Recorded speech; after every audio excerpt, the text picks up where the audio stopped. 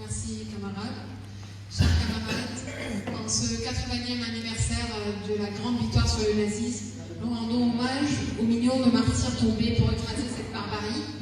Nous nous inclinons devant l'héroïsme du peuple soviétique, dont le sacrifice colossal avait été décisif dans la défaite du nazisme, ainsi que devant les combattants communistes et antifascistes de l'Europe et de tout le monde qui y ont résisté jusqu'au bout. Nous nous serions toujours reconnaissants car ils nous ont tous donné notre liberté. Mais aujourd'hui, le nazisme reprend de nouvelles formes. L'OTAN, alliance impérialiste et agressive, étend son emprise et menace, bombarde des nations souveraines et impose sa loi par la force. Par ailleurs, le sionisme, qui est un outil de domination coloniale en Palestine, perpétue l'oppression et le nettoyage ethnique financé par les puissances occidentales et certains régimes arabes. Chers camarades, bien sûr, l'impérialisme provoque des guerres et du chaos partout. Je focalise un peu sur le Moyen-Orient, parce que ce qui se déroule aujourd'hui au Moyen-Orient n'est que la continuité d'un processus colonial et impérialiste initié il y a plus d'un siècle dans cette région. Donc, la chute de l'Empire ottoman a marqué le début d'une domination coloniale où les puissances impérialistes ont trahi les peuples de la région en leur promettant l'indépendance en échange de leur soutien contre les Ottomans. Une fois la victoire acquise, ces puissances ont partagé la région comme un butin de guerre. Pire encore, en 1917, l'État britannique a promis de créer un État artificiel sioniste en Palestine au détriment de son peuple autochtone, pour pérenniser leur mainmise coloniale sur cette région riche en matières premières et stratégiques. Depuis, la Palestine est occupée, son peuple massacré, expulsé, emprisonné. Ce qui se passe aussi à Gaza et en Cisjordanie n'est pas une guerre, mais un génocide, un nettoyage ethnique qui est financé par l'impérialisme occidental. C'est un colonialisme de peuplement. Dès 1948, depuis la Nakba, des centaines de milliers de Palestiniens ont été massacrés, expulsés de leur terre. Et depuis, l'entité sioniste mène une politique d'extermination contre le peuple palestinien. Une colonisation accélérée et une oppression permanente en Cisjordanie, un blocus étouffant contre Gaza depuis 2006 et des massacres répétés depuis la création de cette entité sioniste jusqu'à aujourd'hui.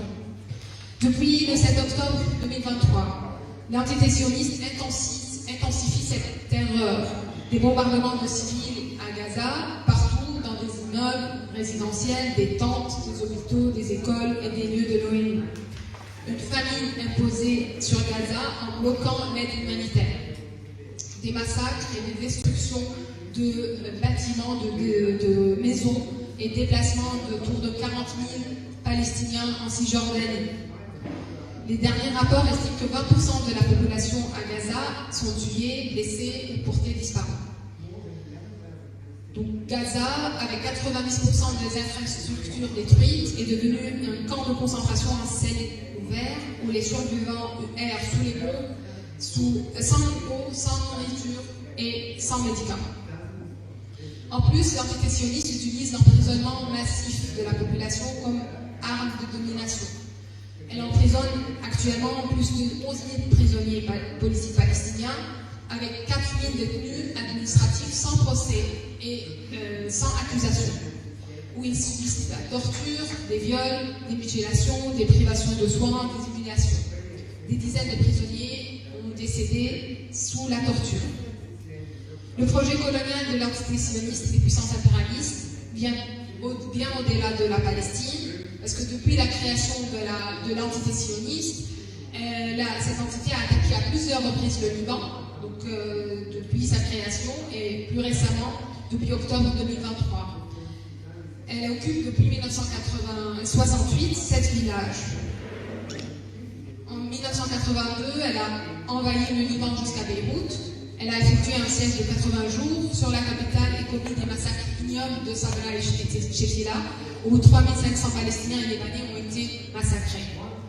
Sous les coups de la résistance libanaise, cette entité sioniste a été obligée de se retirer de 80% des terres libanaises en 1986 et s'est retirée complètement du sud du Liban en 2000. En 2006, plus récemment, donc l'entité sioniste a déclenché une nouvelle guerre de 33 jours où beaucoup de civils ont été massacrés. À la fin de cette guerre, pareil, l'armée sioniste a été obligée de se retirer du Liban. De nouveau, donc ça n'a pas plu du tout aux puissances impérialistes et leur bras arrivent dans la région. Et depuis octobre 2023, cette entité agresse le Liban tous les jours des bombardements, des raids aériens, et elle occupe de nouveaux villages dans le sud. Donc, selon les chiffres officiels du ministère libanais, autour de 4000 martyrs ont été tombés depuis octobre 2023, avec 16 000 blessés. Et 127 villages du sud ont été complètement ou à moitié détruits. 48% des établissements de santé ont été ciblés. Bien sûr, l'entité sioniste ne cible pas uniquement le Liban et la Palestine, mais aussi elle agresse et menace le Yémen, la Syrie, l'Irak et l'Iran. Les tensions montent dans la région et tout le monde se militarise encore plus. Donc, le Premier ministre de cette entité prétend faire face à une menace existentielle. Il déclare le 21 avril 2025 que la guerre qu'il mène est une guerre de renaissance qui va changer le visage du Moyen-Orient. Il est clair que cette entité sioniste est prête à tout pour arriver à son but, même si c'était une troisième guerre mondiale. De plus, les États-Unis et l'Union européenne et les autres pays satellites fournissent un soutien militaire et diplomatique indéfectible à l'entité sioniste, ne voulant pas perdre leur bras armé et leur outil de domination dans cette région. De l'autre côté, l'impérialisme américain continue à vouloir s'élargir vers l'Est, sans aucune limite, et d'imposer par la force un monde unilatéral américain. L'Alliance Atlantique s'accorde le droit de s'installer partout dans le monde, sans qu'aucun autre pays n'ait un mot à dire. Elle menace la Chine, la Russie, l'Iran et tout autre pays qui ne se range pas derrière son autorité et sa domination. Elle a détruit et déstabilisé beaucoup de pays dans la région du Moyen-Orient, mais dans le monde aussi, notamment Cuba, l'Yougoslavie, l'Afghanistan, la Libye, l'Irak, la Syrie, le Soudan, la Somalie, l'Ukraine, le Mali, le Congo et beaucoup d'autres. La liste est trop longue. Face à cette continuité de violence impérialiste, notre devoir est clair, la résistance des peuples doit continuer, doit se poursuivre. Notre parti, le Parti communiste libanais, a lancé et participé activement dès les premières heures de cette occupation jusqu'à l'année 2000 aux côtés d'autres forces politiques à la résistance contre l'occupation sioniste du Liban et de la Palestine. Un de notre camarade martyr est tombé en 1936, donc ça date de loin, contre les milices Haganah sionistes.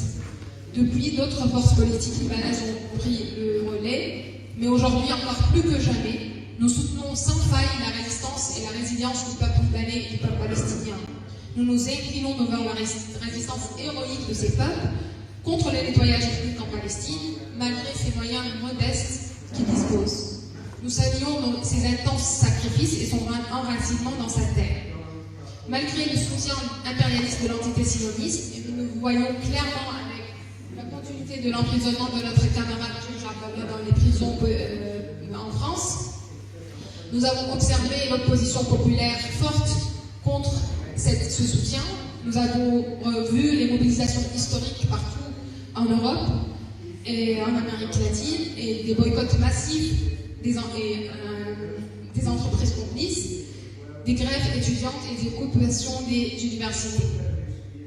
Par ailleurs, nous exprimons notre solidarité avec tous les peuples qui militent et qui luttent contre les agressions et les guerres impérialistes du Yémen, de l'Amérique latine, de l'Asie à l'Afrique, contre l'impérialisme et le colonialisme, pour leur droit à l'autodétermination et à l'indépendance. Nous saluons la révolte des pays africains et de l'Amérique du Sud contre le colonialisme occidental barbare. Pour conclure, nous lançons un appel à tous les libres du monde, à tous ceux qui refusent l'injustice, à toutes les forces révolutionnaires. Unissons-nous, convergeons nos luttes, organisons-nous, renforçons la résistance populaire. Face à la barbarie capitaliste et impérialiste, il n'y a qu'une seule réponse, la lutte jusqu'à la victoire. L'histoire nous l'a prouvé. Aucun empire n'est éternel. Par notre unité et notre détermination, nous vaincrons. Vive la résistance des peuples, vive la lutte anti-impérialiste, jusqu'à la victoire toujours. Merci.